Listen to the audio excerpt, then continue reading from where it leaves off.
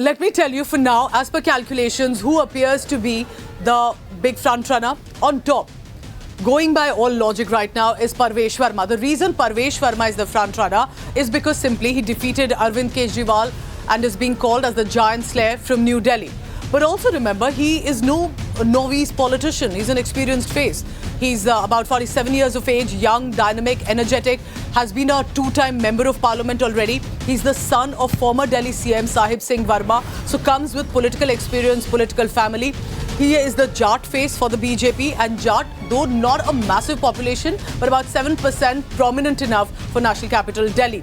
And therefore, all of this combined looks like, and with his connect as a Sangh cadre, has had a good connect with the voters on the ground as well, and has elected repeatedly. So therefore, he has proven his mettle. But what goes against him? He's made a lot of controversial statements, I must add, whether it's about minorities or with regard to how there have been in the recent past, especially in the past 3-4 years, there have been statements that have landed the BJP in soup as well with regard to Parvesh Verma. So some of those speech being seen as inflammatory, could that go against him? Could the BJP want someone who's more restrained when it comes to speaking, especially as the Chief Minister? That could be perhaps pros and cons BJP would want to look at. Rekha Gupta.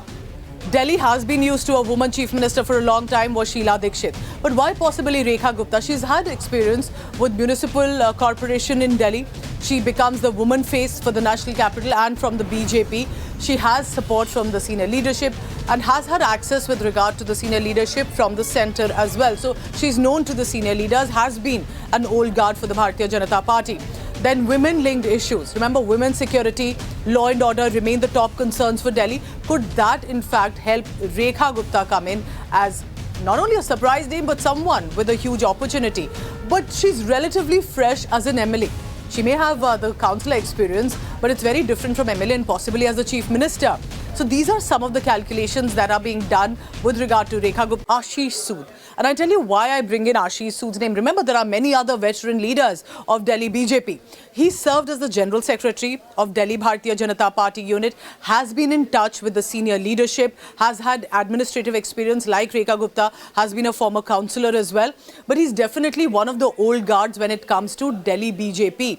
He has, in fact, this is important, someone that the central leadership trusts to become the co-in charge for another state, Jammu and Kashmir, Goa elections. So clearly the BJP has given him responsibilities beyond Delhi BJP. So he's well connected. But what then goes against him possibly? There have been accusations against him that while, yes, he's the Punjabi face and Punjabi is a prominent visible population in Delhi, but he has been accused of internal factionalism within Delhi BJP. There have been statements that have been deemed controversial by Ashish Sood that the party has had to defend or distance. And eventually, remember, he's been very direct, very forthright. And is that someone that the BJP would want to take a chance with? And that is something that Ashish Sood has come in as a name. However, because he's been so close to the central leadership, has definitely been in contact, has the support, has been given responsibilities, and has been an old guard of Delhi BJP. Does he deserve a chance?